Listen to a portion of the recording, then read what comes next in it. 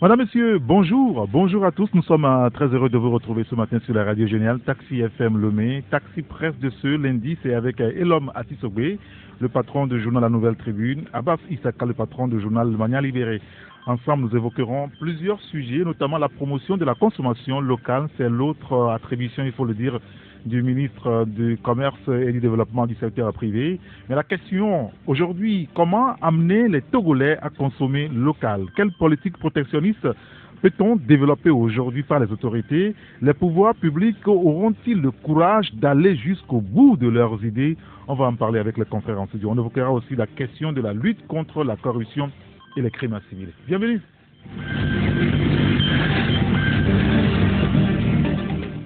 Retour en studio avant de retrouver les confrères pour développer tous les sujets que nous avons mis au programme, c'est-à-dire la question de la consommation locale, la question politique, bien entendu. Nous parlerons également de la lutte contre la corruption et les crimes assimilés.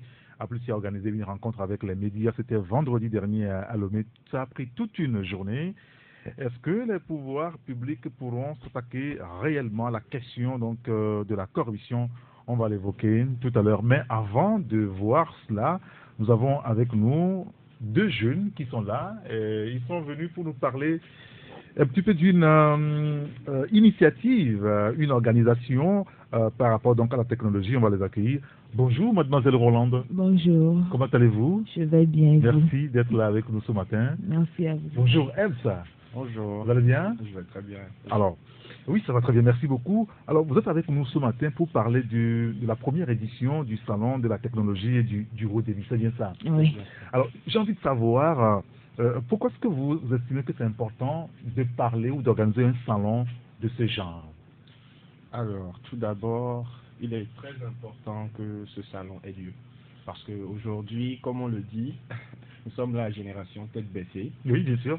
Déjà, alors nous sommes vraiment accros ou accrochés à tout ce qui est connexion, haut débit. Et pour le moment, nous ne savons pas encore réellement ce de quoi nous disposons à Lomé en termes de connexion, haut débit et de technologie.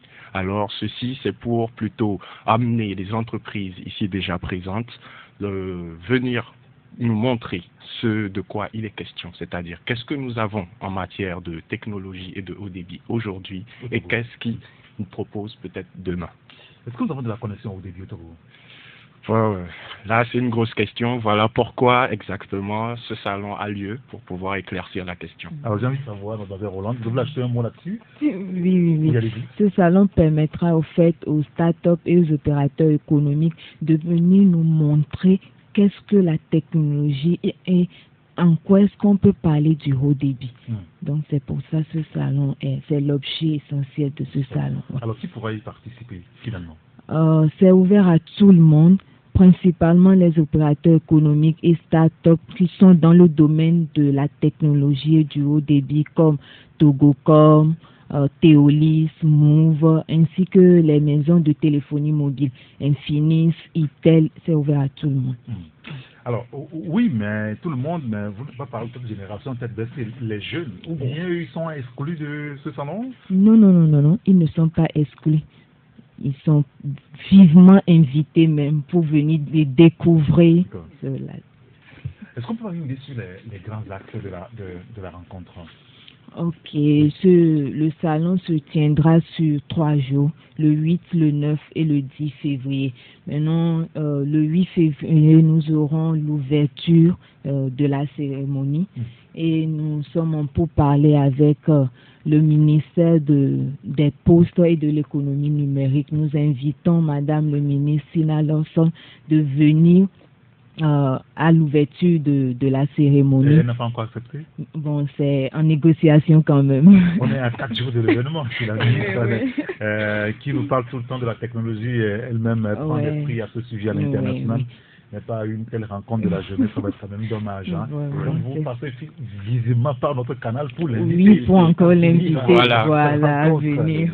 Alors, oui, je veux qu'on parle des grands axes. Oui, après la cérémonie d'ouverture, on a la visite des stands on offre les stands aux partenaires et aux sponsors qui nous accompagneront dans le salon. On leur offre des stands pour pouvoir exposer leurs produits et nous parler au fait des technologies et des hauts débits qu'on a au Togo. Bon, après ça, dans la soirée, on offre la soirée au principal sponsor, c'est-à-dire le sponsor qui a le plus de positionnement pour nous. On l'offre la soirée là pour qu'il l'utilise à son gré. Tout ce qu'il veut faire, on lui offre la soirée pour qu'il le fasse. Qu'est-ce que sera au niveau de la soirée? Les gens seront là pour danser ou c'est quoi? Bon, pour la soirée, il pourra faire des formations s'il le veut bien. Il pourra faire des conférences de presse s'il le veut bien. Tout ce qu'il veut faire en termes de technologie au débit, on l'accompagnera. Après ça, on a des animations d'orchestre et pour clôturer à la soirée, l'animation d'un DJ Miss Show. Bon, ça c'est pour... Oui, pour la jeunesse, n'est-ce pas? Oui, parce que là, aujourd'hui, on ne peut pas parler de la technologie sans évoquer quelque chose tout relevant à la jeunesse. Mais le deuxième jour, qui est le 8 février, le matin de 8h à 10h, on a une conférence sur la technologie et de 10h30 à 12h30, on a une conférence sur le haut débit. On a invité des panélistes qui viendront nous débattre de ces thèmes-là. Après, on a des jeux, questions-réponses, concours, l'animation des stands qui se feront par chaque entreprise. Et dans la soirée, on a la présentation des innovations des startups dans le domaine de la technologie. Alors, vous avez déjà une idée sur les startups qui seront à la rencontre? Je pense que tout cela est toujours en négociation, mais je pense que ça va prendre très vite une très bonne ampleur. D'accord, très bien. On essaie vivement que tout se passera très bien pour vous. Vous avez peut-être un appel à lancer aux sponsors, à un parrainage de votre activité, le premier salon de la technologie de haut débit?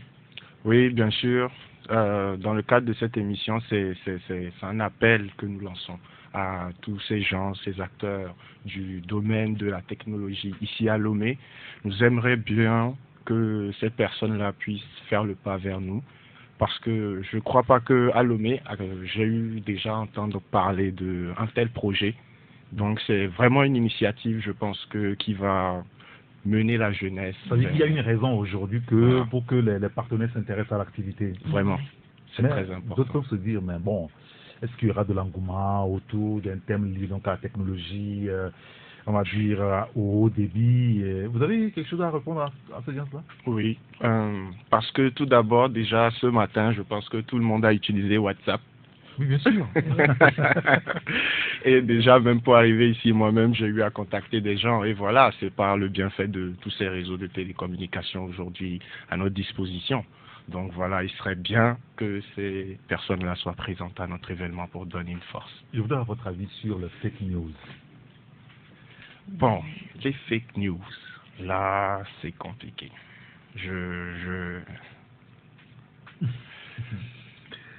Oui, c'est-à-dire que vous organisez une activité liée donc à la technologie, au débit, donc l'Internet et tout ça. Nous savons qu'aujourd'hui, dans le monde, il y a un fléau qui détruit le monde, c'est les fake news. Là où vous êtes, là, on peut vous déclarer quelque part que vous êtes décédé. C'est juste un exemple, hein, et ça peut ruiner votre vie. Est-ce que, en tant que jeune, vous mettez peut-être en place, ne serait-ce qu'autour de vous, des mécanismes pour appeler les jeunes à faire attention, à savoir utiliser les réseaux sociaux, je veux dire? Oui, bien sûr. Ça, c'est très important parce qu'aujourd'hui, ce n'est pas forcément toute information qui circule sur les réseaux sociaux qui sont vraies. Déjà, c'est déjà assez difficile de vérifier ces faits. Mais en réalité, je pense que ça revient à tout un chacun. C'est une responsabilité de tout un chacun de savoir à peu près ce qu'il met sur Internet. Parce qu'après tout, c'est votre vie privée. Très bien. Mademoiselle Rolande, vous avez un mot de fin? Oui, nous continuons par lancer un appel aux partenaires et sponsors, aux opérateurs économiques de venir massivement nous soutenir dans ce projet pour donner vie au projet au fait. Alors je vais rappeler quand même que vous êtes des étudiants en fin de formation à l'ESIGIS. C'est bien ça? Oui. C'est bien cela, oui. Et bien sûr, comme vous l'avez dit, nous sommes des étudiants et cela va sans dire que ce projet rentre bien sûr dans le cadre de l'école et notre formation personnelle d'agent. d'étudiants. Ça nous permet déjà de faire face à la vie d'entreprise, de savoir quels sont les problèmes qu'on rencontre lorsque on veut ramasser des forces et les faire bouger ensemble. Très bien. Écoutez, nous vous souhaitons beaucoup de courage. Et donc, je fais corps, ou nous faisons corps avec vous pour appeler les partenaires à vous soutenir dans cette première initiative, la première édition du Salon de la technologie et du haut débit qui se déroule du 8 au 10 février prochain à SGIS Avedi. À SGIS Avedi, dans l'enceinte de l'établissement. Oui, dans l'enceinte de l'établissement. Très bien. Votre premier partenaire devrait être donc votre établissement. On est d'accord là-dessus? Oui, nous soutiennent vraiment. Écoutez, merci beaucoup Roland. Merci d'être venu nous voir pour parler de cette première édition du Salon de la technologie. On fera le point après pour voir si ça a marché ou pas. Même souhaitons le meilleur pour vous, pour que ça marche. Passez une excellente journée. Au revoir.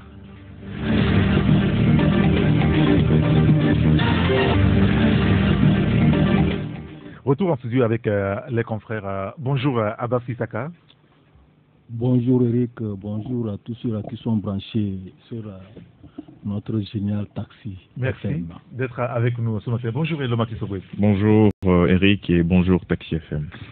Je voudrais qu'on commence par cette question qui revient depuis quelques jours après la formation du nouveau gouvernement. Vous savez que le ministère du Commerce, du Développement du secteur privé a également une nouvelle attribution. Enfin, ce ministre-là devra s'occuper également de la promotion on va dire, de la consommation locale. J'ai envie de vous demander, est-ce que les gouvernants ont la politique de cette option-là, promouvoir la consommation locale? Et là, d'abord. En fait, en réalité, c'est une question que l'on se pose, mais avec la configuration du nouveau gouvernement, on a vu que le portefeuille est maintenant établi pour que le gouvernement passe à la promotion de la consommation locale. C'est vrai qu'il y a beaucoup d'initiatives locales aujourd'hui qu'il faut encourager. Moi, j'ai eu la chance, par exemple, d'aller voir ce que Choco Togo fait à Palimé. Et avec toutes ces dames que la structure emploie, c'est vrai que c'est pas du chocolat aujourd'hui qu'on peut, qui ressemble un peu dont l'emballage ressemble à ce qui se fait ailleurs en Europe. Mais on a la chance quand même d'avoir un Togolais qui fait du chocolat sur place, made in Togo. Et donc, ça, par exemple, c'est une initiative qu'il faut encourager et pour qu'à l'avenir, on se retrouve dans une situation où le chocolat togolais se retrouve aujourd'hui dans un supermarché d'Europe, par exemple. Encourager la production de ce chocolat-là voudra dire que les gens ici consomment cela véritablement pour que celui qui produit puisse continuer à produire. Je pense que, par exemple, je ne fais pas une fixation sur ce cas, par exemple. C'est juste un exemple.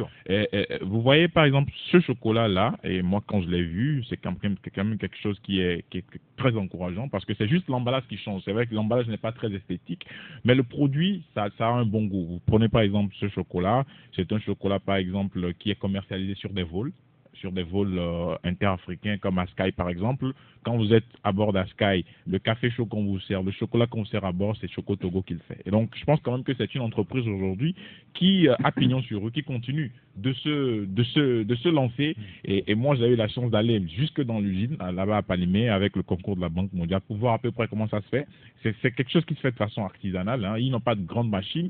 Ils ont juste des décortiqueuses, de petites machines là, et avec lesquelles ils se débrouillent. Mais je pense quand même qu'ils emploient déjà beaucoup de personnes, dont des dames qui sont là et qui sont en train de faire un bon travail déjà. À part ça, il y a d'autres initiatives comme l'huile qui se fait aujourd'hui à Lomé, le riz par exemple. Oui. On a la chance d'avoir un bon riz à Lomé. Vous allez à Covier, le riz de Covier c'est du bon riz. Il va falloir qu'on puisse au niveau du gouvernement mettre l'accent sur cela, déjà avec la forme Made in Togo où on a des produits togolais qui sont exposés et il va falloir qu'au niveau du gouvernement, on puisse véritablement lancer les producteurs togolais afin de pouvoir encourager cette promotion de produits locaux au sein de la population. Alors nous posons la question aussi parce que ce n'est pas la première initiative. Rappelez-vous, au temps du général Gnassingbé Yadéman, il y avait même des spots publicitaires à la télévision à l'époque, des chants par-ci, par-là. Consommer produits togolais. Vous vous rappelez, Abbas Issaka? Aujourd'hui, on se pose la question, est-ce que le pouvoir public aura le courage d'aller jusqu'au bout, n'est-ce pas, de ces idées? Comment est-ce qu'il faut amener les Togolais aujourd'hui à consommer local? Eux qui préfèrent ce qui vient d'ailleurs, forcément. C'est la question qu'il faut se poser parce que je me dis que lorsqu'on veut prendre quelque chose, une initiative, il faut aussi mettre de la volonté. Tant qu'il n'y a pas la volonté, rien ne va marcher. Parce qu'il ne s'agit pas de s'arrêter aux annonces. Les gens s'arrêtent aux annonces, mais on ne met pas ça en application. Nous avons vu ce qui s'est passé, c'était dans les années 1915, je crois, que le chef de l'État, le général Yadema, avait instauré cette journée consommant produits togolais. Il y avait des publicités un peu partout, il y avait même dans les radios, on dit consommons produits togolais. Il y avait la petite chanson qui nous plaisait nous à l'école. Oui, c'est ça. Produits togolais. Ouais. Donc tout le monde croyait que, en principe, à partir de cette date-là, aujourd'hui le Togolais devait être propriété de sa propre consommation, de sa propre production. Donc, quand ça s'est passé, 115 qu'à nos jours, je pense que ça fait plus de 40 ans, et on n'est pas encore habitué à consommer nos produits locaux, et on n'est pas habitué à faire en sorte que nos productions locales puissent prospérer. Et nous avons vu ce qui se passe actuellement dans les pays, par exemple au Burkina Faso, où depuis le temps de Blaise Compaoré et Thomas Sankara, il insistait sur le fait que chacun consomme la production locale, surtout au niveau des accoutrements. Oui. Au niveau des accoutrements, lui-même, il est un accoutrement local à chaque fois. Et maintenant, même vous voyez le président burkinabé, Kaboré, il est toujours un accoutrement local. Et ça encourage aussi même les producteurs locaux à faire de telle sorte que leurs produits intéressent les consommateurs de leur pays. Si on se met ici à dire consommons produits togolais, et au même moment, on a mis aujourd'hui en place un ministère qui se charge de cette consommation locale, je pense qu'il faut profiter pour encourager la production locale. Oui, il y a un auditeur qui nous dit, qu'il faut que l'État fasse un effort pour limiter les importations de certains produits, comme par exemple le riz, les boissons, et peu à peu les autres domaines suivront. Sans ça, les gens vont préférer les produits importés. Il faut que l'État fasse la promotion des sociétés locales en les finançant et en leur apportant son expertise. Ce sont aussi des moyens pour pouvoir... C'est des moyens pour pouvoir amener les Togolais à consommer leurs propres produits. Et puis de l'autre côté, il y a cette histoire des impôts. Lorsque quelqu'un localement s'installe pour faire la production locale, les impôts viennent le détruire en même temps. Donc il faut encourager. Il y a beaucoup de choses. Il y a la question du prix. Il y a la question du prix, puis il y a la question de concurrence. Oui, lorsque il y a la concurrence qui est là, lorsque vous voyez que ce qui vient de l'extérieur est moins cher par rapport à ce qu'on produit chez vous, vous êtes obligé à aller vers ce qui est moins cher. Et c'est ce qui fait que ce qui nous tue et ce qui tue nos productions locales et la consommation locale n'est pas encouragée.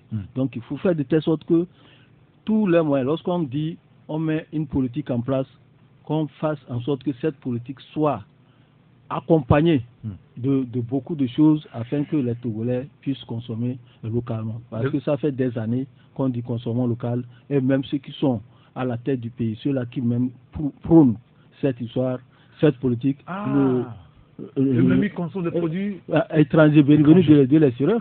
Allez chez les hautes autorités, vous allez voir que même l'eau qu'on dit voltique, ou bien ce n'est pas l'eau voltique qui consomme, c'est une eau peut-être venue de la France, des champagnes, des boissons, des vins et autres, c'est venu de l'Europe, ce n'est pas ici, ce n'est pas produit localement que les gens consomment. Donc il faudrait encourager que lorsque l'université, il me semble qu'à l'université, je ne sais pas dans quel secteur véritablement, si ce n'est pas au niveau de Esteban, j'en sais rien, on avait fabriqué du champagne. DH, vous vous rappelez?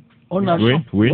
On avait fabriqué même des produits locaux qu'on avait. Et il y a Esteban qui a fabriqué des produits locaux lors de la foire Made in Togo. Oui. Des gens exposent des productions locales, c'est-à-dire même les boissons locales, faites à base de nos produits localement, mais qui ne sont pas consommés. Donc si ce n'est pas consommé, le producteur n'est même pas encouragé à continuer sa production. Et de l'autre côté, si les impôts viennent frapper son entreprise, comment est-ce qu'il va s'en tenir?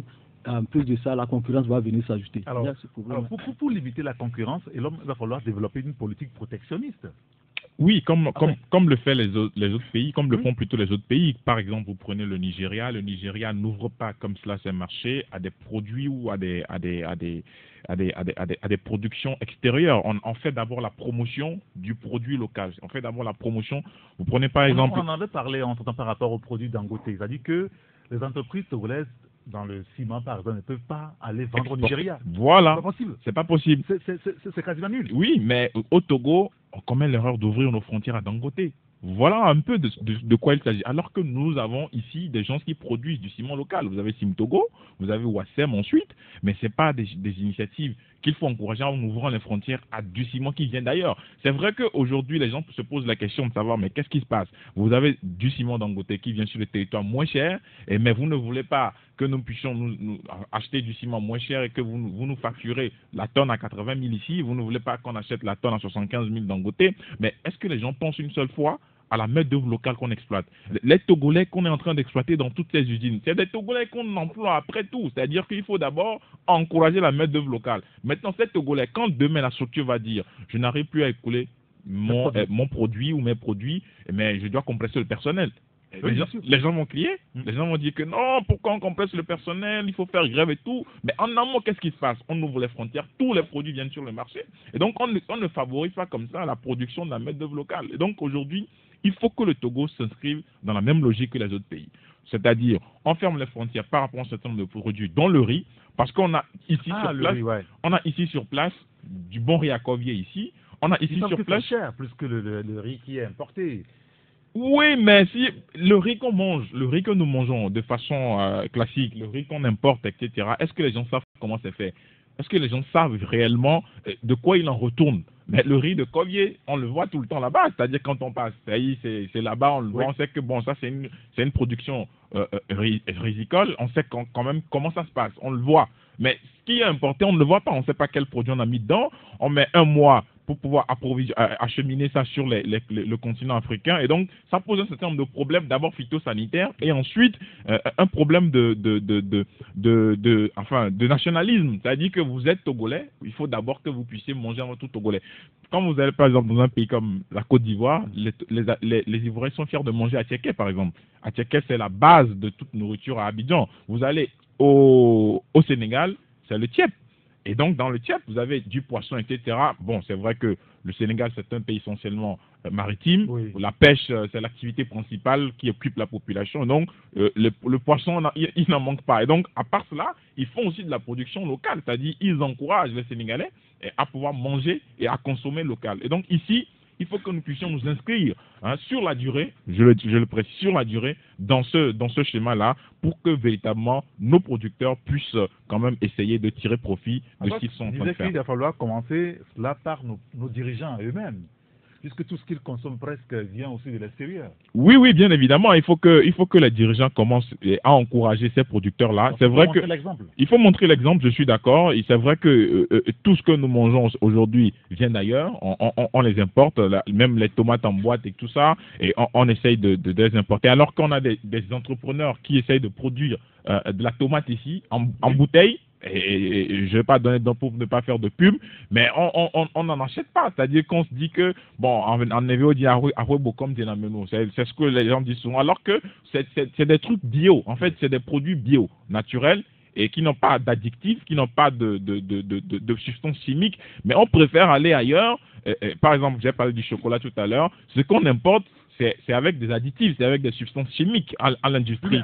Mais en même temps, il faut peut-être aussi dire à nos producteurs locaux qu'il faut soigner l'emballage. Tout à l'heure, vous avez évoqué le cas de l'emballage de Choco, Togo. Oui.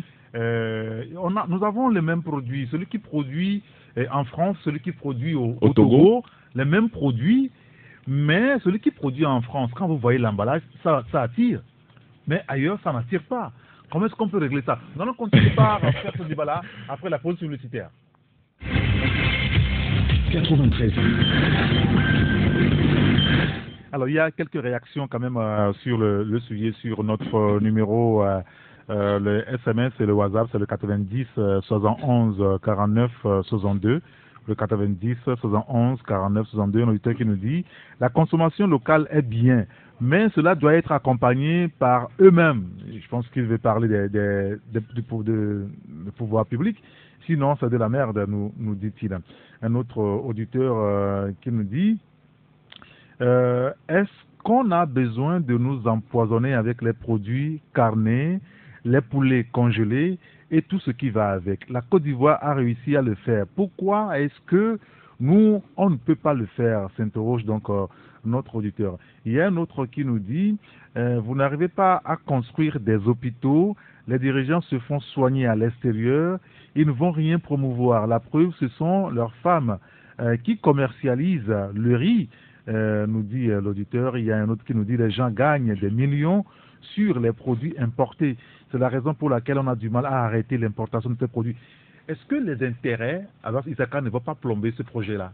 Oui, effectivement. Cette initiative. C'est les intérêts qui vont plomber cette initiative parce que lorsque vous voyez même ces produits importés qui nous viennent de l'extérieur avec tout ce qu'on sait, c'est qu'il y a des intérêts derrière.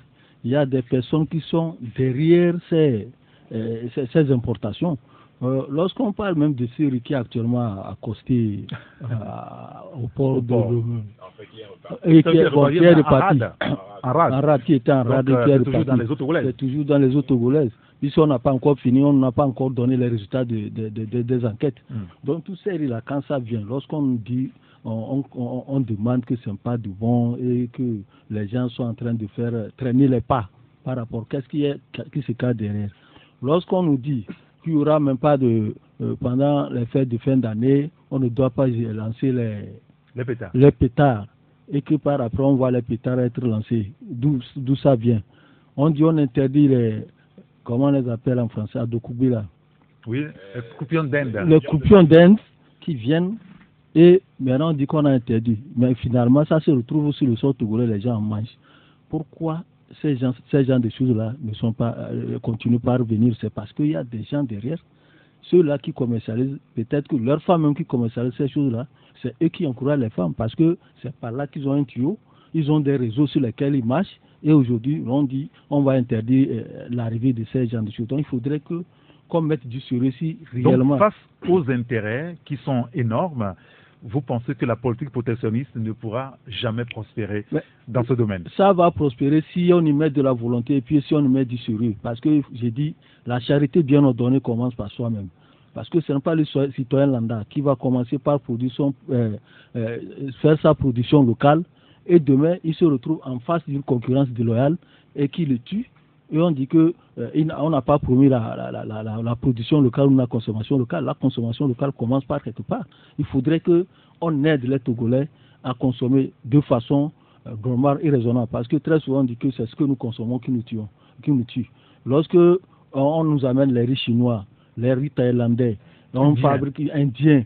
Même il y a des fois on nous montre comment c'est fabriqué avec du plastique. Et ça arrive moins cher dans des sacs bien conditionnés, avec des emballages bien faits qui dépassent ce que nous utilisons ici, et on les consomme, on les achète moins cher. Et par après, c'est notre santé qui est affectée. Donc il faudrait que, au niveau des provinces, c'est-à-dire il y a au niveau du port de Lomé, il y a l'aéroport, il y a au niveau des frontières terrestres aussi, qu'on contrôle tout ça là. Mais on ne peut pas dire, j'ai dit tout à l'heure que ce n'est pas des effets d'annonce. Quand on veut faire quelque chose, qu'on y mette. Parce que la dernière fois, j'ai vu que le Ghana, avec son cacao, est en train de produire son propre thé, son propre café, ou bien, avec ses propres productions, le café et cacao qu'il produit lui-même.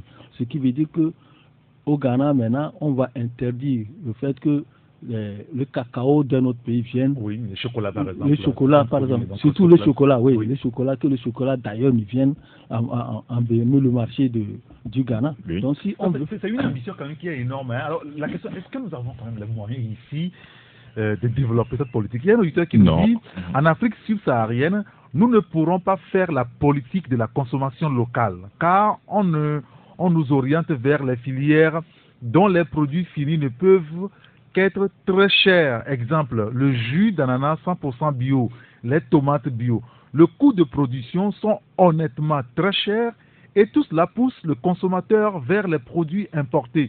Demandez-vous pourquoi l'on ne nous oriente pas, par exemple, vers les boissons gazeuses.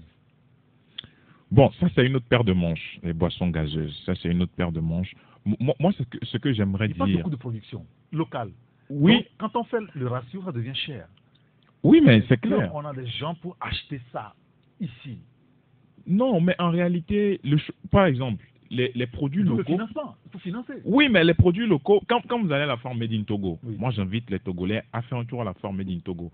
Vous avez par exemple de l'huile embouteillée, à la togolaise, mais qu'on vend, c'est des produits de qualité. Mais en réalité, rapport qualité-prix, vous voyez que bon, l'entrepreneur se débrouille parce qu'il doit payer les impôts. Déjà qu'ici, l'accès au crédit, c'est très difficile, alors qu'on a 70% de PME qui constituent l'essentiel du secteur privé au Togo. Donc, on ne peut pas aujourd'hui dire que l'entrepreneur est en train de corser la mise parce que déjà, ce qui arrive de l'Occident, on ne discute pas au supermarché. Quand vous allez au supermarché, vous voyez le prix affiché sur la bouteille. Non, on ne discute pas. 2000, 2500, vous ne discutez pas, vous achetez. Maintenant, pourquoi quand le Togolais vend, vous trouvez qu'il est cher? Ou qu'il doit essayer de diminuer son prix. Pourquoi on doit s'inscrire dans cette logique? Alors que les gens voient seulement le prix que le gars est en train d'afficher sur la bouteille ou sur son produit. Alors que derrière, il y a l'OTR, il doit payer les impôts. Aujourd'hui, on est passé du système classique à la patente, ça fait 12 fois plus cher. Et donc, l'entrepreneur obligé, par exemple, ou bien est enclin de pouvoir augmenter son prix à plus de 12 fois pour s'arrimer un peu à la donne. Il y a l'IS, 27%. Il y a beaucoup de taxes que l'entrepreneur doit payer. Au même moment, l'entrepreneur, fut-il un petit entrepreneur, micro-entrepreneur, doit essayer également d'embaucher des personnes, d'engager des personnes. Et derrière cela, il y a les cotisations sociales. À part les cotisations sociales, vous avez également le stockage du produit. Vous devez payer des frais parallèles. Oui, bien sûr. Vous avez également Internet aujourd'hui que vous devez, parce que tout entrepreneur a besoin d'Internet pour faire du e-marketing aussi. Bien Donc, sûr. il y a toute une logistique derrière. Ce n'est pas seulement le prix qu'on voit sur le produit. Donc, il faut qu'au niveau des Togolais, on commence à changer de mentalité, à dire que bon, le Togolais qui est en train de vendre ce produit, le Togolais qui est en train de faire ce petit commerce-là, il faut que je l'encourage. Je l'encourage en faisant quoi? J'achète un de ces produits, j'achète deux de ces produits, et puis ou bien je m'abonne à ces produits, et puis je fais comme ça de la consommation, de la promotion des produits locaux. Parce que derrière, je suis en train de contribuer à ce qu'on puisse sauvegarder des emplois, je suis en train de contribuer à ce qu'on puisse payer des taxes, je suis en train de contribuer à ce que la consommation locale ou bien la production locale il faut puisse mettre être en place valorisée. tout un mécanisme pour pouvoir faire la promotion autour des produits locaux. On le voit en France, hein, on voit, presque dans tous les pays, leur couleur, leur drapeau sur des Bien produits évidemment, oui. pour faire la promotion. Il y a un auditeur qui nous dit, de toutes les façons, cher ou pas, c'est produit togolais ou rien, hein, c'est ce que lui nous dit. Un autre qui nous dit, comment voulez-vous qu'on arrête l'importation quand nos dirigeants sont à la fois des commerçants? C'est ce que lui, il nous dit. Un autre qui nous dit, parler de consommation locale dépend du premier Togolais. Est-ce que le président de la République, ses ministres, les députés, bien qu'ils soient bien payés, consomment togolais? Je vous dis non. Si vous parlez de l'emballage, quitte à l'État d'aider le Togo à en fabriquer. L'université est là pour ça. L'autorité doit diminuer les taxes OTR de produits locaux pour que ça ne nous coûte pas trop cher. Le président ivoirien avait refusé que nos produits soient exportés vers son pays. Que Dieu bénisse abondamment le bas togolais, nous dit donc Ismaël qui nous a envoyé donc ce message. Un autre auditeur qui nous dit, quand un producteur local s'enferme dans sa chambre pour photoshopper son emballage, comment voulez-vous que ces produits soient attrayants face aux produits importés qui font appel donc à des grosses entreprises de design? C'est ce que lui nous dit par rapport à l'emballage, on l'évoquait tout à l'heure. Un autre nous dit, pour le Made in Togo, que le gouvernement commence par s'habiller en produits togolais. Vous l'avez dit tout à l'heure, Abbas. Le produit togolais passe par la visibilité. Nos nanabins ont disparu. Quel ministre peut être fier de porter une tenue confectionnée par un styliste togolais? Se demande donc notre auditeur. Qu'on prenne la peine d'obliger l'administration à s'habiller en tenue traditionnelle les vendredis. Le secteur privé va suivre par la suite. c'est comme ça, c'est comme par les casques de moto. Faut pas, enfin, je comprends plus le test vers la fin, mais je pense quand même que c'est des réactions aujourd'hui qui appellent finalement tous les Togolais à pouvoir s'investir dans cette promotion de la consommation locale. Oui, effectivement. Lorsqu'on parle de la consommation locale, ce n'est pas seulement ce qui rentre dans notre ventre. Il y a aussi les tissus, ce que les artisans font. Il y a ce que lorsqu'on apprend les gens à tout produit, les tisserands et autres. Lorsque vous allez maintenant au Burkina, avec le pagne. Quand vous allez actuellement à Dapaon, les tisserands qui font les tenues traditionnelles, et à Bafilo de même, il y a un centre artisanal qui confectionne les habits traditionnels bien, qui se font très bien. Mais quelle autorité de notre pays on a vu porter ces genres d'accoutrements? Aucun. C'est seulement pendant peut-être les fêtes traditionnelles qu'on les voit arborer ces genres de tenues pour arriver s'asseoir devant le public pour dire qu'ils sont aussi traditionnels. Alors que c'est pas ça. Il faudrait habituer les gens à aussi encourager les uns les autres à arborer ces genres de tenues.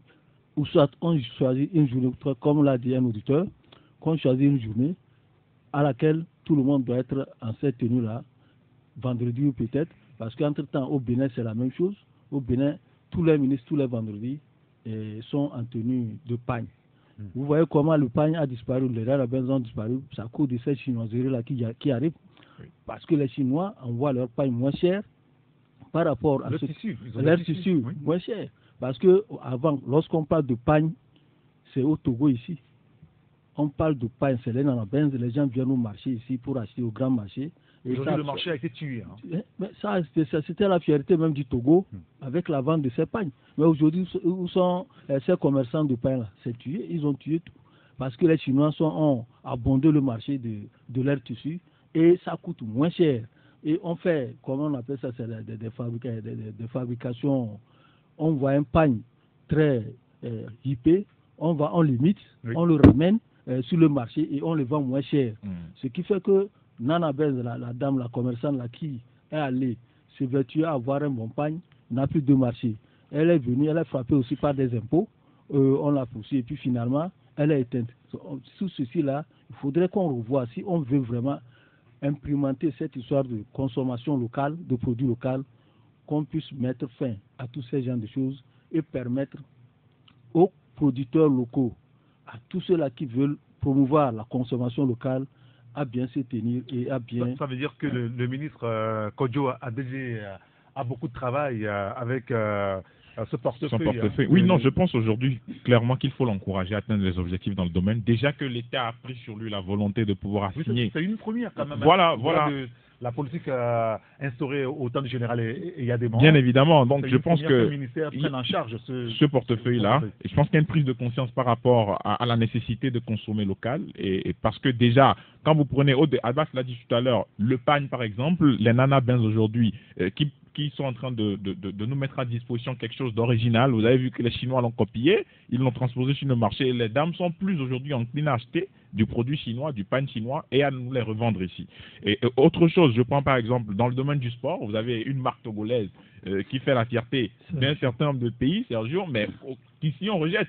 Bon, pour des considérations, entre guillemets, que tout le monde connaît, je ne vais pas rentrer dans les détails aussi, parce que c'est un grand dossier aussi. Mais je pense quand même qu'au-delà de tout, il faut être fier d'avoir une marque togolaise qui puisse véritablement porter le Togo, comme ça se fait au Burkina avec la marque Tovio, qui est portée par des Burkinabés, qui est quand même une marque nationale où les étalons sont en train de porter. Aujourd'hui, il y a une marque au Niger. Il y a une marque au Niger. Les Nigériens vont porter pour la canne. Pour la canne. Et donc, il faut qu'au niveau du Togo, on puisse prendre le lead en ce qui concerne cette identité-là. Il faut aujourd'hui qu'on donne une identité à ce que nous sommes en train de faire. Le Burkina, vous avez le Faso d'Anfani. Je voulais qu'on soit clair. On n'est pas en train de dire que quand un produit n'est pas bon, vous le consommez. Non, quand le produit n'est pas bon, c'est pas bon. Il faut essayer de trouver d'autres concurrents au même produit, mais il faut tout faire pour que, au moins, que le Togolais se retrouve à travers quelque chose. Parce que le Burkinabé se retrouve à travers le Faso d'Anfani. Le président le porte, il donne l'exemple. Le Ghanéen se retrouve à travers le pagne original tissé à la main. Le président ghanéen le porte. Et donc, c'est déjà une identité. Donc, il faut qu'au niveau de nos pays, en général au niveau du Togo, puisque la culture fait partie des éléments de souveraineté d'un pays. Oui, et donc, bien sûr. quand vous avez une identité culturelle, je pense quand même que vous êtes quand même bien parti pour pouvoir traiter d'un certain nombre de sujets. On donnera la parole aux auditeurs tout à l'heure, hein, lorsqu'il sonnera à 12h20 sur la radio, et vous allez vous prononcer sur cette question, sur la question de la corruption que nous allons traiter tout à l'heure, mais d'abord sur la question de la promotion de la consommation locale. Il y a encore des messages. Un auditeur qui nous dit, alors, comment font les Ghanéens pour produire moins cher? Parce que tout à l'heure, on a posé la question de le coût. Au Togo, certains estiment que les produits que nous produisons ici sont chers, plus que ce qui est importé. Alors lui se pose la question, comment est-ce que les Ghanéens eux, font pour que la production soit moins chère? Un autre auditeur qui nous dit, quand nos autorités aiment parler plus sur les médias étrangers, que peut-on faire? Ah oui, ça aussi, il faut commencer par là? Oui, il faut commencer par là, parce que c'est tout comme le Togolais, tout ce qui vient de l'extérieur est mieux que par rapport à ce qui est là. Parce qu'on aime trop ce qui vient de l'étranger. Nous, on n'aime pas pour Les nous. ministres togolais n'aiment pas, enfin pour certains d'entre eux, parler aux médias togolais, mais préfèrent c'est ce les que jeunes Afrique. C'est ce que j'ai dit. On préfère ce qui est RFI, de l'extérieur, RFI, tout ça là. France 24, TVC Monde, alors que les médias togolais sont là. On ne le fait pas. Ce qui vient de l'extérieur est mieux apprécié au Togo qu'ici. Peut-être que j'ai dit que c'est ça qui a fait que cette politique annoncée par Feu le général Yadema a échoué. Et puis lorsque le général Yadema avait mis ça en place, il n'y avait pas de mesures d'accompagnement. C'est-à-dire qu'il n'y a pas de structure mise en place pour accompagner, pour mettre effectivement en pratique cette histoire de consommer un produit togolais. On s'est contenté seulement de faire des publicités. Il n'y a pas une structure comme ça bien assise, comme aujourd'hui on l'a mise en place comme ministère de la consommation locale. Il n'y en avait pas eu. Depuis 40 ans, plus de 40 ans qu'on a fait ça, aucune structure. Et comme on aime ce qui vient de l'étranger, on a fait tout pour tuer nos propres productions locales. Un autre auditeur qui nous dit comment, consommer local, certes, mais avec quel budget? 35 000 francs de SMIC, combien vont dans les supermarchés? Que l'autorité, vu le SMIC, aide énormément donc les entreprises locales en les subventionnant afin que le prix de vente puisse baisser un temps soit peu. Exemple, le ciment, c'est ce que nous dit Marcel, notre auditeur qui nous dit, si on a la volonté, on peut y arriver à consommer les produits locaux pourvu que les gouvernants financent ce secteur et que ce secteur soit réglementé tout en allégeant donc les taxes et autres aux producteurs, commerçants, industriels, nous dit donc l'auditeur. Il y a un autre également, il y a encore des messages, je vais lire deux avant de passer à notre sujet. Il faut sensibiliser plutôt la population, chercher à consommer d'origine togolaise que de faire les publicités des produits importés et avec des risques graves. Alors, un autre message, l'auditeur nous dit que l'importation tue la production locale. Dans certains pays, les taxes liées à l'importation font que les produits importés coûtent cher. Et donc, c'est une politique protectionniste. C'est une politique protectionniste. Est-ce que combien on peut décider au Togo que les riz qui viendront d'autres pays seront taxés plus cher. Voilà. Et comme ça, ils vont vendre cher et les Togolais ne seront pas enclins à aller acheter chez eux. C'est ça une politique protectionniste par rapport aux taxes qu'on doit imposer aux produits qui vont venir de l'extérieur. Et lorsque les taxes là seront imposées, au moins ce sera à encourager les producteurs locaux qui vont amener les gens à s'intéresser aux produits locaux par rapport aux coûts qui seront moindres par rapport parce que c'est parce que les produits importés sont frappés de taxes qui ne sont pas encore beaucoup plus choses que eux aussi ils ont. Oui, parce qu'il y a aussi un auditeur qui nous dit tout à l'heure qui sont derrière ces commerces-là, ces produits. Mais c'est le problème. C'est le problème. C'est le problème. C'est cela. Tout à l'heure, je vous poser la question de savoir est-ce que les pouvoirs publics auront le courage d'aller jusqu'au bout de leurs idées? C'est pour cela que j'ai dit la manière dont on a structuré là, et j'ai dit c'est la volonté.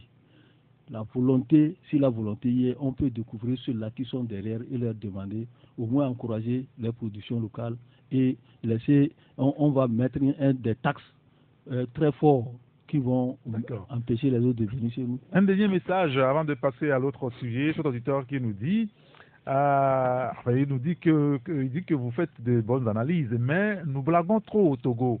il ne suffit pas de créer un ministère de la consommation locale. Le Chinois, par exemple, est très fier de consommer local, car il sait que derrière cela lui permettra d'être bien soigné dans de vrais hôpitaux, que ses descendants auront de vraies écoles et universités, etc. Mais ici, nous avons perdu l'amour de la patrie. Nous ne rêvons plus trop de lendemain meilleur. Il s'est installé une fatalité visible sur tous les visages. C'est ce que nous dit donc l'auditeur. Merci beaucoup à vous tous. Et on va peut-être revenir également sur les autres messages liés donc à ce sujet. On va parler de la lutte contre la corruption. Vendredi dernier, l'autorité qui gère ce secteur, on va dire, Aplusia, a organisé une rencontre avec les médias. Beaucoup de confrères en ont parlé ce matin. Il s'agit beaucoup plus pour Aplusia de sensibiliser la presse autour de la question. D'ailleurs, le ministre de la Communication, dans son speech, disait encore vendredi, le confrère Économie et Développement l'a relevé ce matin, le ministre Foli Bazou-Katare disait que les conséquences désastreuses de la corruption ne sont plus à démontrer. Elle met en péril la paix et la sécurité des nations et écorne leur image. Le Premier ministre, dans la politique générale du gouvernement le 25 janvier dernier, devant les députés à l'hémicycle, a réitéré l'effort du gouvernement à œuvrer pour compléter l'arsenal juridique devant permettre de lutter efficacement contre la corruption sous toutes ses formes. Alors, la lutte contre la corruption, est-ce qu'il s'agit simplement de mettre en place des arsenaux Non.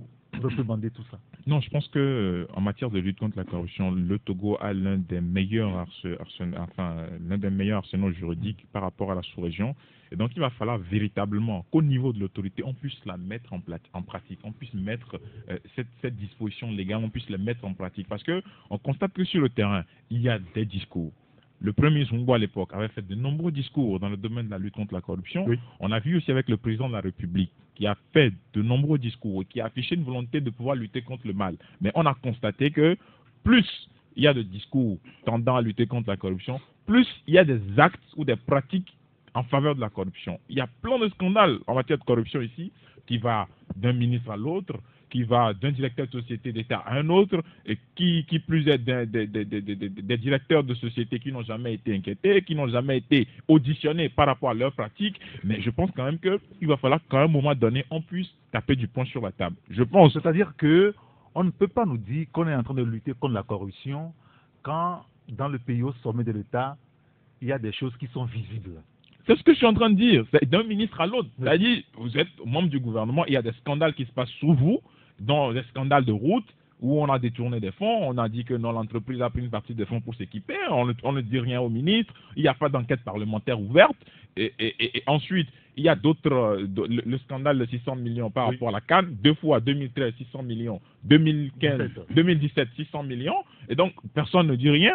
Vous prenez par exemple d'autres portefeuilles, vous prenez aussi le cas de la FDF, la Fédération togolaise de football, où sous de nombreux présidents, il y a eu des malversations financières, on ne dit rien. Le récent scandale qui se passe à la nouvelle société cotonnière du Togo, voilà, on ne dit rien. C'est vrai qu'on a interpellé beaucoup de personnes déjà, mais au niveau de la Aplusia, l'autorité a demandé à un moment donné d'instituer un organe chargé de pouvoir lutter contre les crimes et infractions, la corruption et les infractions assimilées.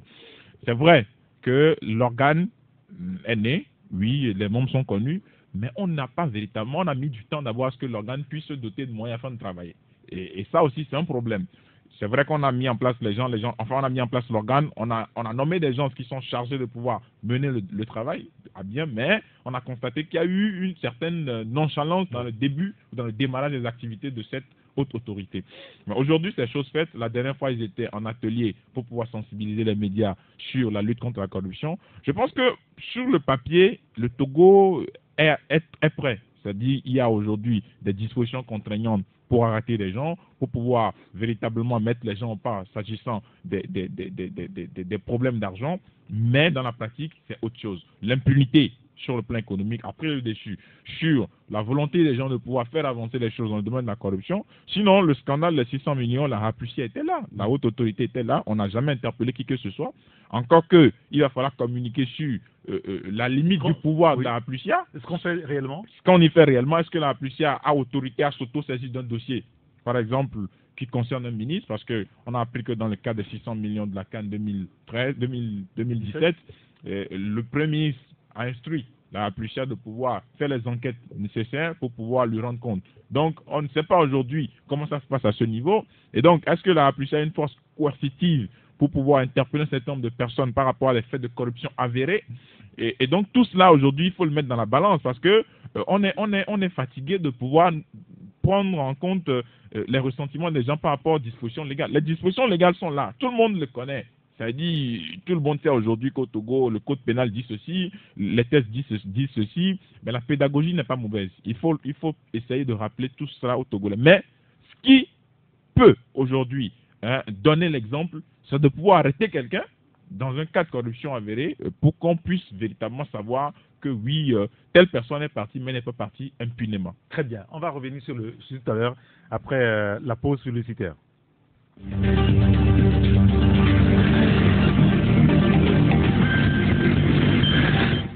Il est 12h, presque 4 minutes sur radio à Taxi FM Lomé. Taxi Presse ce matin, c'est avec Elom Atisogwe du journal La Nouvelle Tribune, Abbas Issaka du journal Le Mania Libéré. Avant de le retrouver pour la suite du débat, nous sommes en liaison avec la rédaction de Taxi FM. Bonjour, Amen Assignon. Bonjour Eric Gator. Merci de nous avoir rejoints et vous êtes au programme pour Taxi Midi 12h45. Quel est le contenu de votre journal, Amen? Oui Eric, je suis et je vais, thème autour duquel est célébré ce lundi 4 février 2019 la journée de lutte contre le cancer, thème qui vise à rappeler les mesures à prendre pour réduire l'incidence de cette maladie qui fait des ravages en Afrique. Lutte contre le cancer, on en parle donc dans Taxi Midi. On évoquera également la première édition de Togo Top Impact, événement qui prime l'excellence dans tous les secteurs d'activité. Dans le registre sociopolitique, le mouvement Jeunesse Consciente du Togo salue la politique d'apaisement prônée par le gouvernement togolais. En témoignent les dernières législatives sans heurts. Et puis, Bikiti de Bassar est le nouveau leader de la D1 après 15 journées. Très bien. Alors, on suivra le développement de tous ces titres à 12h45 avec vous, Amen Assignon. Merci beaucoup. Retour en studio et pour continuer par parler maintenant de la corruption. Il y a un auditeur qui nous dit « Pour la corruption, c'est la poudre aux yeux.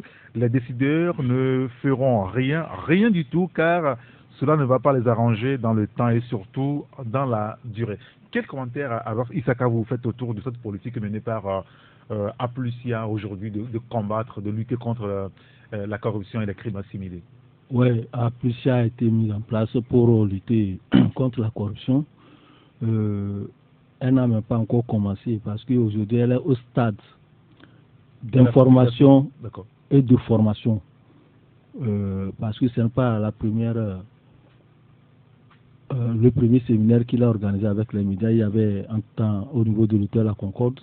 Ils ont organisé un séminaire, une série de rencontres là-bas pour informer la société civile et certains partis politiques et autres de son fonctionnement. Mais le problème, c'est que cette façon de mettre en place Aplucia, ça ne date pas d'aujourd'hui. Nous avons vu au temps du général Yadema, il y avait ce qu'on appelait la Commission nationale de lutte contre la corruption. Oui. Cette commission, on a vu comment elle a fonctionné. On a pris les petits poissons en laissant les gros, puisqu'on disait les gros ne pouvaient pas passer par les filets. Et on a aussi dit que cette commission a été finalement emportée par la corruption elle-même. Elle a été emportée par la corruption, parce qu'on a vu même des gens qu'on a interpellés qui sont allés au niveau de Lomé 2 à la présidence, s'agenouiller et dire que papa, je vais payer, je vais rembourser. Et tout ça là, est-ce que ça donne réellement la face de ceux-là qui veulent lutter contre la corruption, du moment où il y a les gros poissons qui n'ont même pas été inquiétés. Ceux qui ont été inquiétés, c'est qu'il faut être en disgrâce avec Feuille, demain vous allez être inquiétés. Mais les petits poissons qu'on a pris, on les a vus, on les a montrés à la télévision togolaise. Au lieu de les traduire devant la justice, ça n'a pas été fait, mais c'est devant le chef de l'État, Lomé de là-bas, que tout ça s'est passé.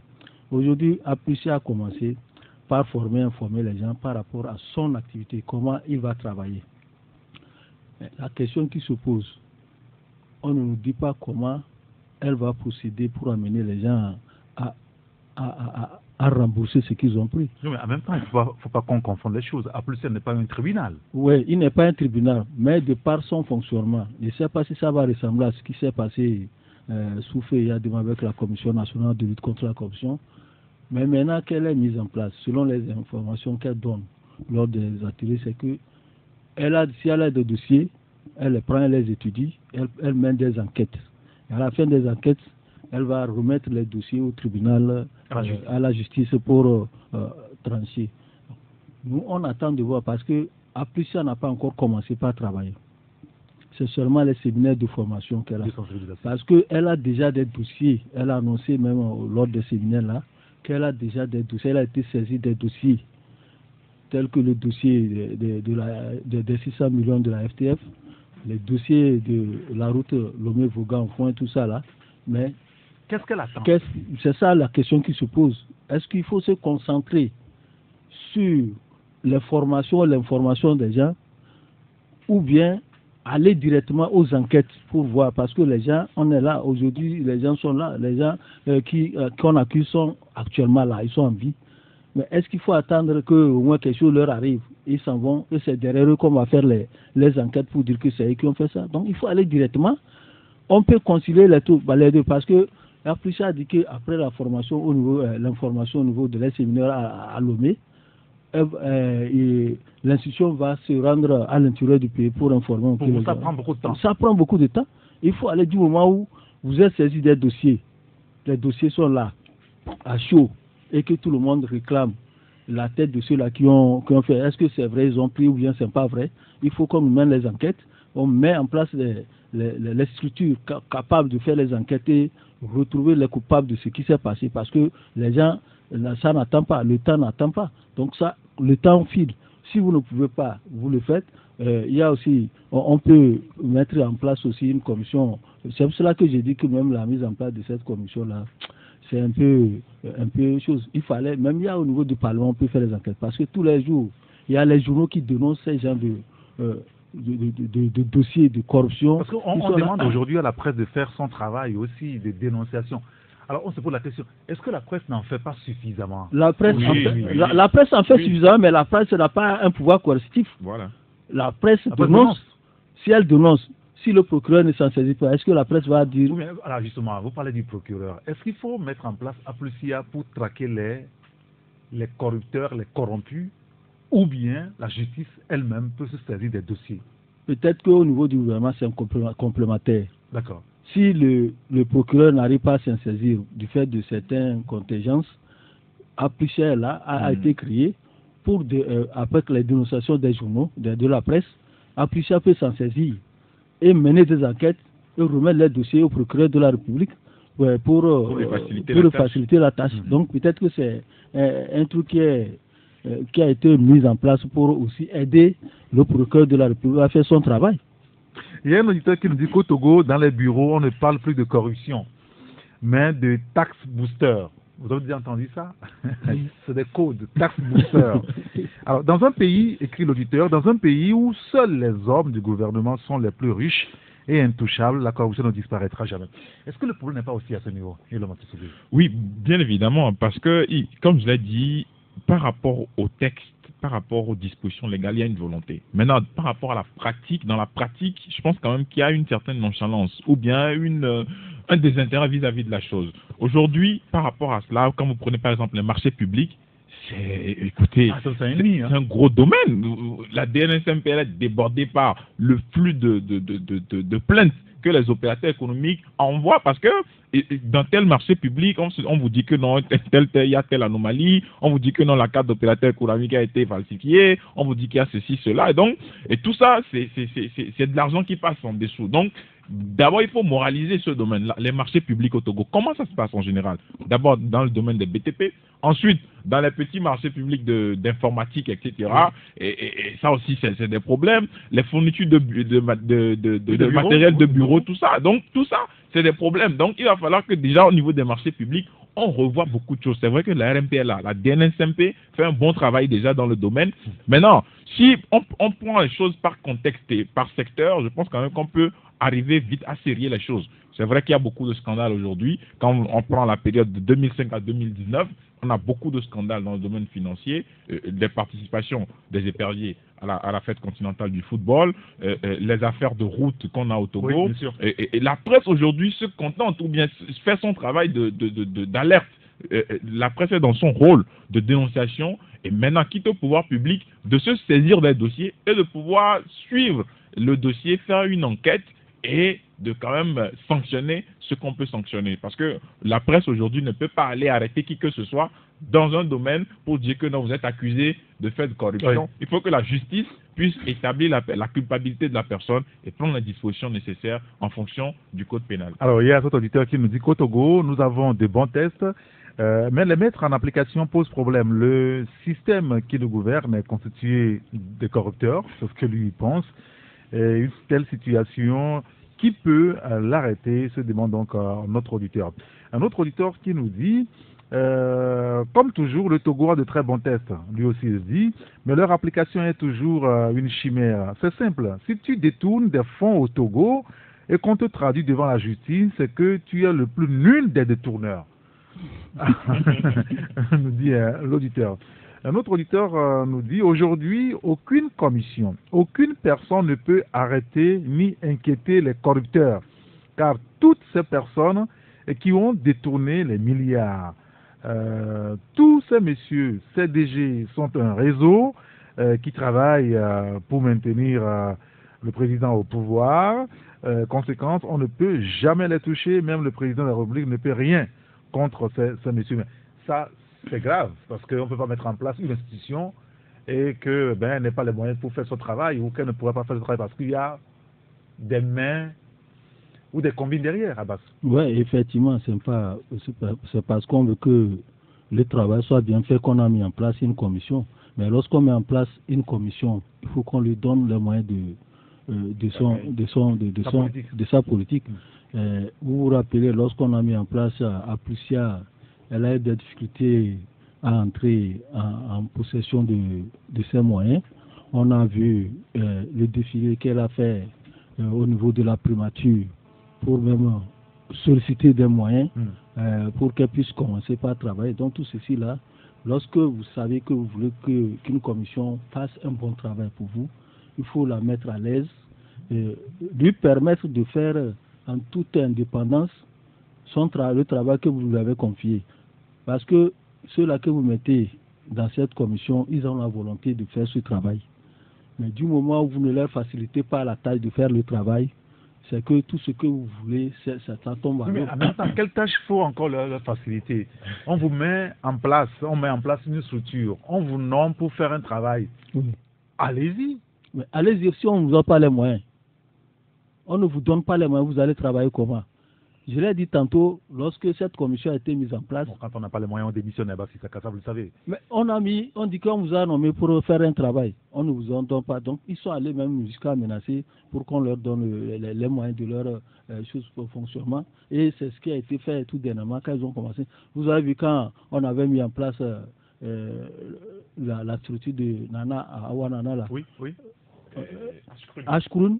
Elle avait eu des problèmes aussi pour avoir des moyens. Elle a menacé même de démissionner avant qu'on ne lui mette des moyens à sa disposition. Donc, tout ceci là, c'est ce que j'ai dit, lorsque vous savez que vous voulez mettre en place une commission, faites tout pour lui donner des moyens. Si on n'a pas de moyens... Les membres de Aplusia sont à l'abri. Est-ce qu'ils sont à l'abri du besoin aujourd'hui? Parce que là, ils seront amenés ou appelés à traquer des milliardaires. Des milliardaires, effectivement. Et puis vous voyez même la composition des membres de cette commission à Plusia. Si vous traquez un milliardaire et le milliardaire vous dit bon, il faut écouter, prenez ceci et ça va. Donc c'est un peu compliqué les tâches. C'est pour cela que je dis qu'il faut mettre les moyens plus colossaux pour leur permettre de ne pas tomber dans la tentation. Dans tous les cas, lorsque quelqu'un là et puis voit les besoins devant lui, celui qu'il traque, lui propose plus que ce qu'on on lui donne, mais le monsieur va tomber dans le piège. Il peut tomber, pas qu'il va tomber, c'est automatique, il peut. Il peut tomber, d'accord. Je suis d'accord avec toi. Il peut tomber dans le piège qu'on lui tend. Et donc, C'est pour cela que quand vous voulez, mais je ne veux pas qu'on nous dise que c'est des commissions de façade comme pour plaire à la communauté internationale, faire quoi que ce soit. Il faut faire de telle sorte que quand on met quelque chose en place, que ça marche et qu'on dise qu'effectivement il y a la volonté de traquer ceux-là qui sont en train de ruiner l'économie togolaise. Parce qu'on ne peut pas toujours continuer par dire qu'il y a une partie qui bouffe et que l'autre est en train de végéter dans la misère et qu'on mette en place une commission pour régler cette situation et que cette commission aussi tombe dans des travers. Alors, il y a un auditeur qui dit, quels que soient les tests, un pays dirigé par un cercle d'amis qui se rendent service, ce pays n'avance pas. Il continue en tout cas en s'interrogeant. Pensez-vous que le procureur peut faire des enquêtes sur une société où travaille son fils ou ses cousins? En principe, oui, non? Et le En principe, oui, mais parce que quand on parle de l'État, il faut reconnaître que c'est quand même le denier public. Il ne faut pas s'amuser avec les deniers publics. Mais la question que l'auditeur pose est fondamentale aussi. C'est une question à prendre en compte. Déjà qu'il y a beaucoup de choses qui se passent qu'on ne maîtrise pas. Donc aujourd'hui, comme Abbas l'a dit, il faut qu'on dote la Plucia des moyens conséquents pour lui permettre de faire son travail. Aujourd'hui, on a la chance d'avoir au niveau du ministère de l'économie et des finances la CENTIF, qui existe dans plusieurs pays africains, la cellule nationale de traitement des informations financières, qui est une cellule qui lutte contre le blanchiment d'argent, et c'est déjà quelque chose de grand. Et ensuite, à côté de cela, on crée la Plucia pour permettre à ce qu'on puisse véritablement remonter les informations à la suite d'une enquête par rapport à des faits de corruption avérés. Et donc, il faut qu'au niveau de l'État, on donne les moyens adéquats et qu'on laisse libre champ à la Plucia de pouvoir faire son travail convenablement et de pouvoir signaler. Il risque d'arrêter tout le monde, enfin, presque. C'est tant mieux. Oui. Et s'il arrête tout le monde, c'est pour la bonne santé de l'économie togolaise. Et on verra qui est vraiment corrupté ou bien corrompu dans cette histoire pour qu'on puisse même s'en sortir. Parce que on te donne un travail à faire et que tu arrives à mettre la main sur des gens pour lesquels on t'a mis, c'est que tu as fait un bon travail. On peut arrêter même tout le monde et on verra ce qui va se passer après. À moins que le procureur ou la justice ne fasse bien son travail. C'est ça le problème. Très bien. On va maintenant permettre à nos auditeurs de nous appeler. Il est 12h20 sur la radio. On va leur donner la possibilité de nous appeler, de nous dire ce qu'ils pensent de ces deux sujets-là que nous venons d'aborder. La question donc de la consommation locale et puis la corruption avec les multiples initiatives que prend donc le Aplucia. Vous nous appelez sur le 93 96 99 99 ou le 99 20 09 59 où vous faites le choix de nous envoyer deux messages. Vous avez votre message sur le 90 71 49 62. Ça passe pour le SMS, ça passe également pour le WhatsApp. Nous allons prendre notre premier auditeur au bout du fil qui est là. Allô? Bonjour. Bonjour, comment ça va? Je vais très bien. Est-ce que vous pouvez éteindre votre poste récepteur, s'il vous plaît, monsieur? Ça va? Allô? Juste vous saluer, vous féliciter. Je salue les invités aussi. Très bien. Bon, écoutez, on n'est pas là pour les salutations, mais c'est juste pour que vous réagissez par rapport au thème que nous développons. Allô? Oui, bonjour. Oui, bonjour, monsieur Commis. Oui, monsieur Eric. Oui, comment allez-vous? Vous allez bien, vous? Très bien, ça va, nous vous écoutons. D'accord. Sur les deux sujets que vous avez discutés, j'aimerais commencer avec la corruption. Est-ce que les employés impliqués dans la résolution de la corruption, est-ce qu'ils sont payés chaque mois? À la fin du mois, est-ce qu'ils touchent leur salaire? Si oui, ils touchent leur salaire. Ils attendent quoi pour nous traquer ceux qui sont dans le système? Ne serait-ce que les petits, il faut commencer là et on va voir avec s'ils ont encore besoin de gros moyens pour traquer les gros. Mais si sur la ligne, les bilans ne sont pas présentés pour nous situer, ça veut dire qu'eux aussi sont complices. Mais cela, s'ils prennent leur salaire chaque fin du mois, ils doivent fournir un travail qui correspond au moins à leur salaire pris chaque fin du mois. Secondo, sur la consommation locale, vous l'aviez bien dit, mais un président m'a dit quelque chose un jour que j'aimerais partager avec les auditeurs. Allez-y. De faire sa part C'est-à-dire que vraiment, on n'a pas les industries pour produire en masse. Les coûts sont tellement élevés. Donc, c'est difficile à nos jeunes qui ont mis des liqueurs sur le marché, des produits naturels sur le marché pour qu'ils puissent avancer. Mais de notre côté, est-ce que nous faisons ne serait-ce qu'un effort de payer, par exemple, à la fin de l'année dernière, on a payé des boissons. Est-ce qu'on a payé un liqueur d'un Togolais balancé à ce que nous avons acheté? Quand nous rentrons dans nos marchés, est-ce que nous cherchons à consommer des produits naturels? Quand nous allons à Gbadakondi ou bien quelque chose comme ça, nous payons à Gbadakondi, voilà. Est-ce que nous payons les jus que nos bonnes femmes font de manière si naturelle? Est-ce que nous le faisons? Si nous ne pouvons même pas faire ce béaba pour encourager nos petits frères et nos grandes sœurs à rentrer à la maison avec 500, ça serait toujours aberrant. D'accord. Merci. Merci beaucoup, M. Komi. Merci de nous avoir appelé, d'avoir réagi donc, à ce sujet. On va prendre un autre auditeur. Avant peut-être de prendre un autre auditeur, il y a un qui nous a envoyé un message qui nous dit: est-ce que les autorités vous écoutent, vous, hommes des médias? Oui, bien sûr, elles nous écoutent. Allô? Allô, bonjour. Oui, bonjour. Bozambo. Monsieur Bozambo, nous vous écoutons. Ok. J'aimerais savoir, il y avait des corruptions et les corruptions au Togo. Si vous avez terminé votre émission, il faut venir à Nukafu. On est en train de faire une canalisation vers Takuba, vers la lantine de paix. Mais les gens qui ont pris ces travaux-là, au moment il pleut, donc il y avait de l'eau et des sables sont rentrés dans le trou et le trou est laissé comme ça. À ce moment, à notre entendement, ils sont en train de venir fermer le trou et faire les petites sorties d'eau. Je ne sais pas, on appelle, je ne sais pas, en entrepreneuriat, je ne suis pas dans l'entrepreneuriat, bien quoi, mais il y avait des sables dedans, on ferme les caniveaux. Comment un entrepreneur peut travailler comme ça? Si vous avez terminé, les journalistes, venez voir comment ils sont. On ne sait pas qui est devant ce travaux-là. Quel ministère avait donné ce travaux? C'est le Banque mondiale ou bien c'est notre gouvernement et les travaux n'arrivent même pas à finir. Ça fait 1 an, ils ont dégradé la portail des gens. Les gens n'arrivent pas à rentrer à la maison avec des voitures. Nous sommes où au Togo? Ouais, vous soupçonnez la corruption, c'est ça, Bozambo? Oui.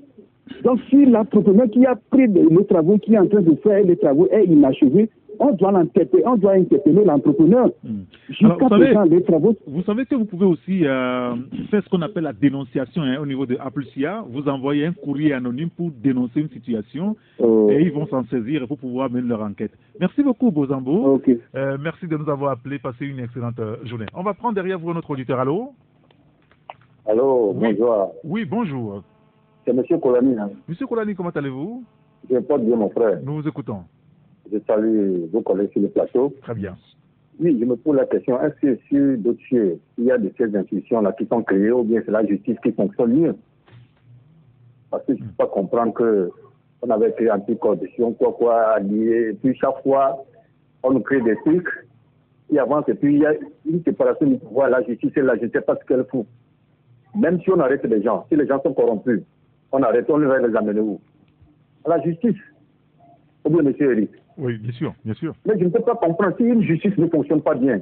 Les magistrats sont là, les avocats sont là, ils ne connaissent pas leur ça, c'est le pays république là.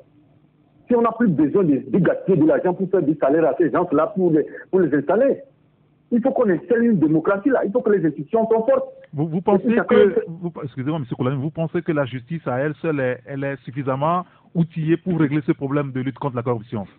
Mais comment? Il y a la population, les 4 pouvoirs. Il suffit qu'on les saisisse. Il faut qu'ils soient disponibles.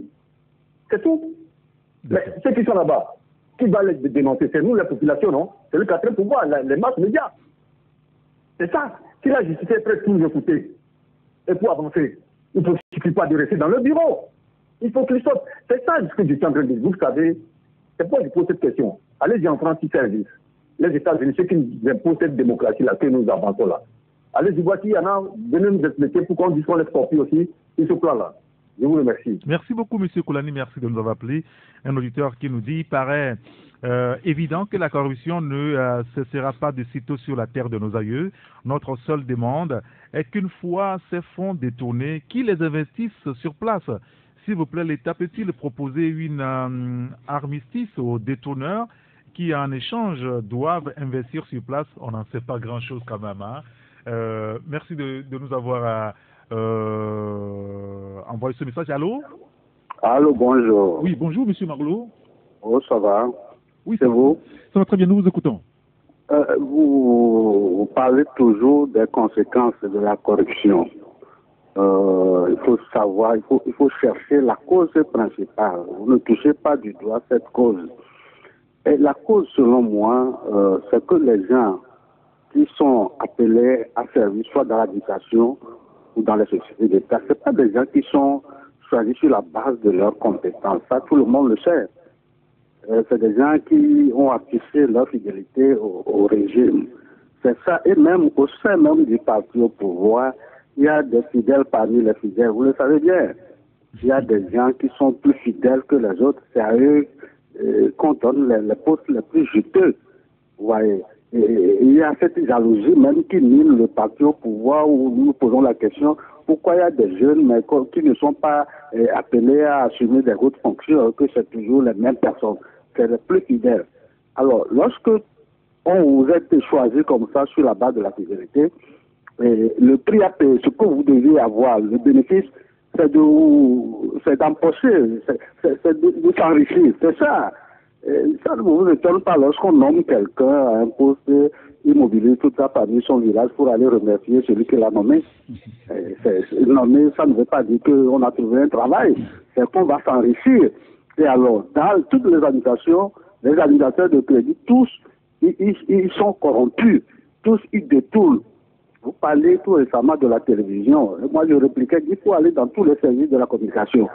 Tous ceux qui gèrent un budget, ils ont détourné de l'argent. Ça, on le sait. Alors, lorsqu'on nomme quelqu'un parmi tous ces détourneurs-là, lorsqu'on choisit quelqu'un pour devenir celui qui doit contrôler les autres détourneurs, tous ils partagent le même secret. Qui est plus détourneur que l'autre? C'est ça la question. On nomme, tout récemment, un ancien ministre des Finances qui est devenu trésorier principal était nommé pour s'enquêter. Vous le connaissez, Moba. Celui-là, lui-même, il a créé un gros trou au trésor. Ça, tout le monde le sait. Et vous pensez que celui-là se permet de dénoncer les autres? D'accord. Ce n'est pas possible. Donc, la cause, toujours, c'est le système du gouvernement. Comment les gens sont choisis. Vous avez vu tout récemment, les députés, vous me direz s'ils sont nommés ou s'ils sont élus. Ils n'ont jamais été élus, vous le savez. Non, alors, ça c'est notre débat, monsieur Mangolo. En tout cas, on a compris le fond de votre pensée. Nous allons permettre à d'autres auditeurs aussi de nous appeler pour donner leur point de vue sur le sujet.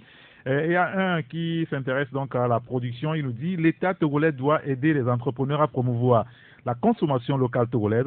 Si nous prenons le cas du cinéma, aujourd'hui, les jeunes cinéastes font un grand effort en production. Mais les films du Nigeria ont fait que les Togolais ne regardent plus les films togolais. L'État doit aider à limiter, par exemple, l'entrée de ces films sur le sol togolais, aider surtout les productions locales. Allô? Allô? Oui, bonjour. Oui, bonjour, monsieur Eric. C'est monsieur? C'est monsieur Emmanuel de Fichelier. Nous vous écoutons, monsieur Emmanuel. Monsieur Eric. Oui. Merci, je vous remercie surtout avec vos confrères sur les médias là-bas. Oui. Allons-y très rapidement, oui. Ceux-là à qui on a choisi pour faire, disons, cette anticorruption, excusez-moi, est-ce qu'eux-mêmes ils se sont épargnés de la corruption? Mais pourquoi vous dites ça? Vous les connaissez corrompus ou corrupteurs? Monsieur Margot vient de parler de la compétence. Il y a la compétence aussi qui joue beaucoup aussi. Est-ce que ceux-là qui on a choisi là, excusez-moi, il faut que il y a cette compétence-là d'abord avant que nous parlons de la corruption. La chose est là même parmi ces gens-là, eux-mêmes ils le font. Et maintenant on peut les dire de faire échapper cette commission-là dans ce pays, jamais. D'accord, très bien. Ben, Emmanuel, merci beaucoup. On a compris le fond de votre pensée. Ça, c'est une excellente journée. On en profite pour saluer tous nos amis de Tchévier. Un auditeur qui nous dit, c'est un faux problème, cette histoire de moyens financiers. Il faut plutôt des hommes moralement solides pour travailler contre la corruption. Et cela doit commencer par le haut, nous dit donc l'auditeur. Allô?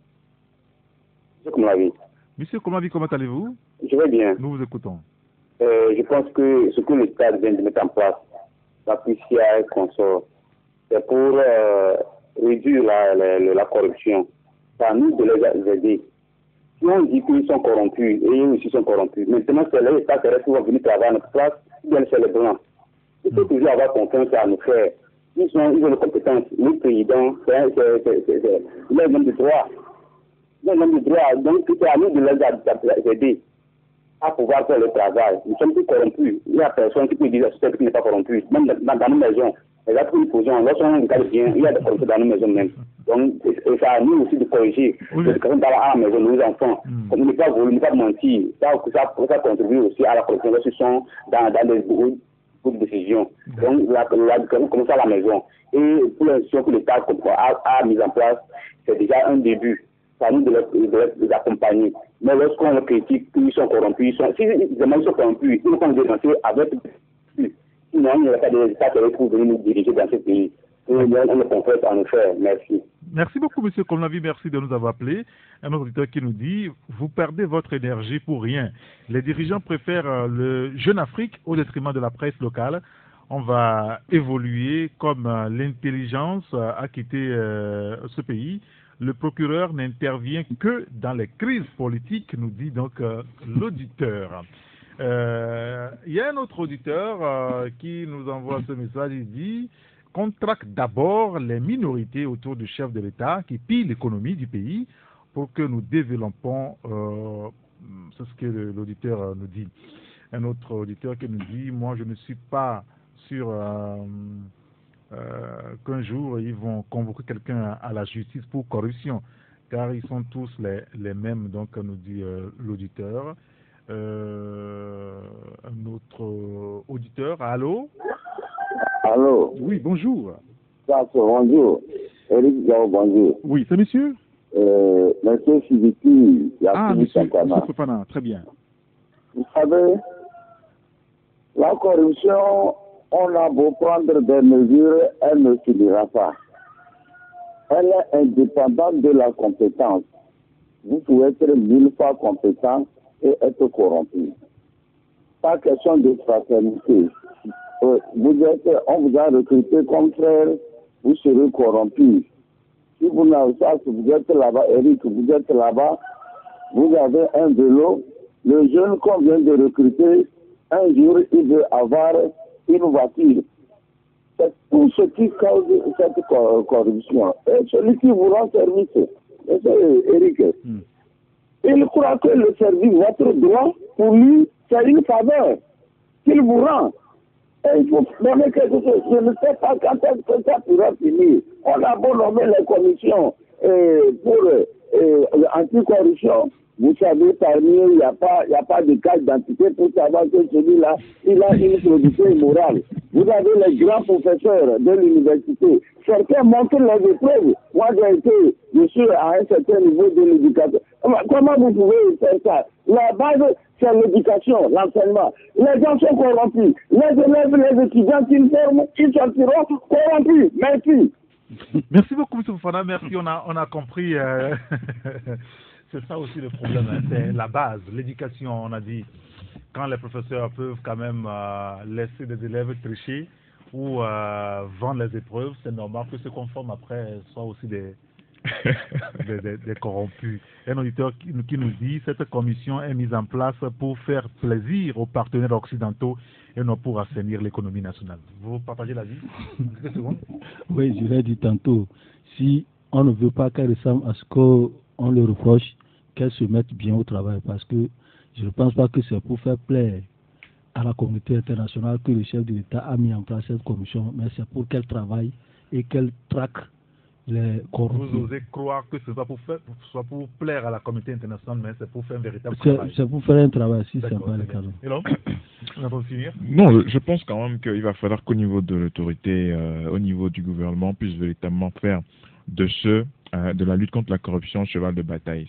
C'est bien beau les discours, mais à ce stade-là, il faut qu'on nous épargne de ces discours mielleux, parce qu'il y a des faits qui sont quand même relevés chaque jour par la presse, dont l'autorité n'en fait absolument rien. Et donc, il va falloir qu'on puisse véritablement saisir le taureau prendre le taureau par les cornes pour qu'on puisse commencer à donner des exemples, le bon exemple, et transmettre à la génération qui arrive de bonnes manières en matière de lutte contre la corruption. Et ce dernier message pour finir, cet auditeur qui nous dit « Notre politique ne protège pas ni finance les produits locaux. Qu'en est-il de Foufou Mix, panneaux solaires au temps de Léopold Ninevi et j'en passe? Notre gouvernement a peur de notre prospérité. » Donc, c'est ce que me dit donc l'auditeur. Messieurs, merci beaucoup d'être venus pour le débat. D'abord, nous remercions donc les auditeurs, ceux qui ont pu nous appeler. Il y en a beaucoup qui bousculent quand même